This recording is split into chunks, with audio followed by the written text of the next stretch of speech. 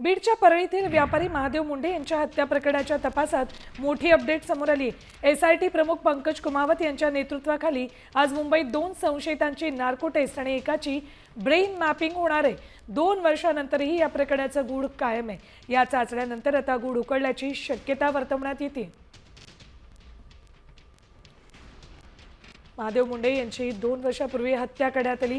त्यांची पत्नी ज्ञानेश्वरी मुंडे या सतत या प्रकरणाच्या चौकशीला वेग द्यावा यासाठी विविध राजकीय नेत्यांपर्यंत जात होत्या, मागणी करत होत्या। त्यातलीच ही एक महत्त्वाची अपडेट आहे। अपडेट्स घेऊयात आमचे प्रतिनिधी योगेश काशीद यांच्याकडून। योगेश, 2 आरोपींची नार्को टेस्ट मुंबईत होणार असल्याचं कळतंय।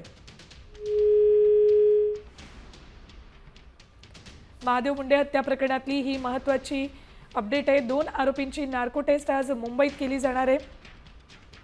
2 वर्षांपूर्वी महादेव मुंडे यांची हत्या करण्यात आली होती। या हत्येचं गूढ अजूनही उकललेलं नाही। तपास सुरू आहे, मात्र यातल्याच दोघांपैकी एकाची ब्रेन मॅपिंग तर एकाची नार्को टेस्ट होणार आहे। वाल्मिक कराडचा यात संबंध असल्याचा आरोपही केला जातोय।